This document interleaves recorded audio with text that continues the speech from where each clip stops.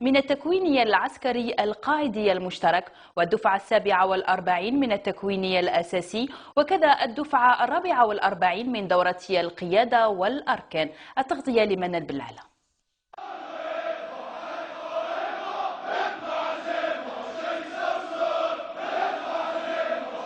بعد سنة دراسية تميزت ببرنامج ثري ومكيف، شهدت الأكاديمية العسكرية لشرشال الرئيس الراحل هواري بومدين ميلاد لبنة أخرى من ضباط الجيش الوطني الشعبي سليل جيش التحرير الوطني، والتي جاءت باسم المجاهد الراحل عبد الرزاق بحارة، حيث تلقت الدفعات المتخرجة تكوينا عسكريا وعلميا يتكيف والمستجدات الأمنية الراهنة، كما أنه سيسمح للطلبة من مباشرة مهامهم المستقبلية بكل ثقة وفعالية من أجل خدمة الوطن. تخريج دفعات ذات كفاءة عالية ومؤهلات تقنية على أعلى المستويات من خلال البرامج النوعية المسايرة للمتطلبات التكوينية الحديثة في المجالين التقني والتكنولوجي،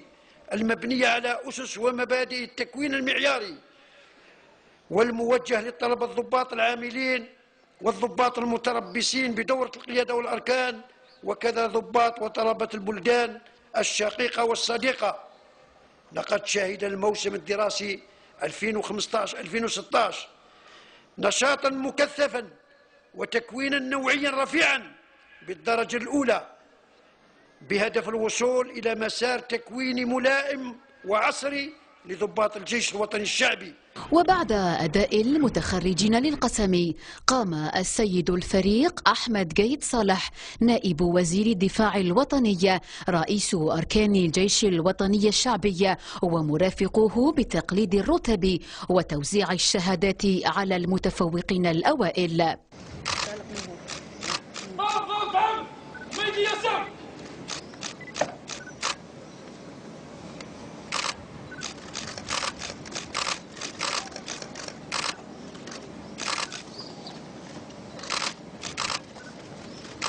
لتختتم بعد ذلك مراسم حفل التخرج باستعراض عسكري في مختلف المجالات، والتي أبانت فيها التشكيلات العسكرية المجهودات الرئيسية التي سطرتها قيادة القوات البرية، تمشيا مع الطموحات المسطرة من طرف القيادة العليا للجيش الوطني الشعبي. في القوات الأجنبية وسيادة الفريق نائب وزير الدفاع الوطني المعادي لتنفيذ المرحلة للمهام.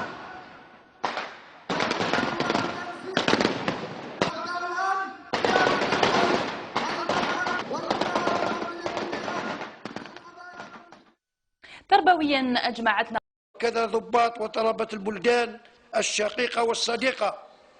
لقد شهد الموسم الدراسي 2015-2016 نشاطا مكثفا وتكوينا نوعيا رفيعا بالدرجة الأولى، بهدف الوصول إلى مسار تكويني ملائم وعصري لضباط الجيش الوطني الشعبي.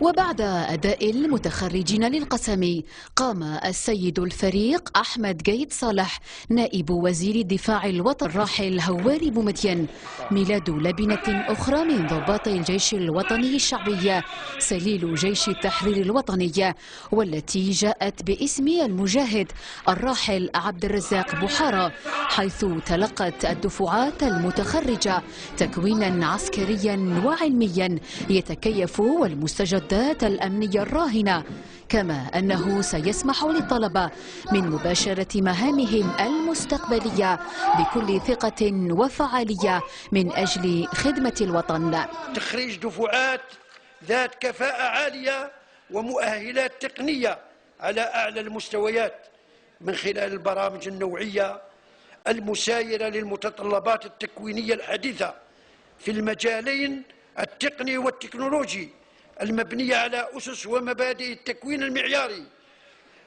والموجه للطلبة الضباط العاملين والضباط المتربصين بدورة القيادة والأركان، وطنية رئيس أركان الجيش الوطني الشعبي ومرافقوه بتقليد الرتب وتوزيع الشهادات على المتفوقين الأوائل.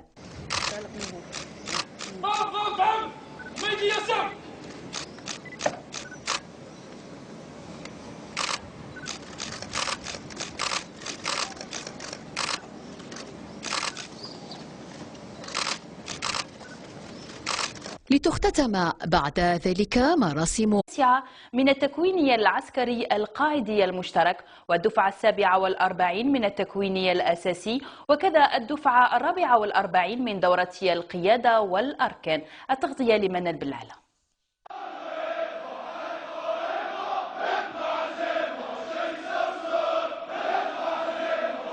بعد سنة دراسية تميزت ببرنامج ثري ومكيف، شهدت الأكاديمية العسكرية لشرشال الرئيس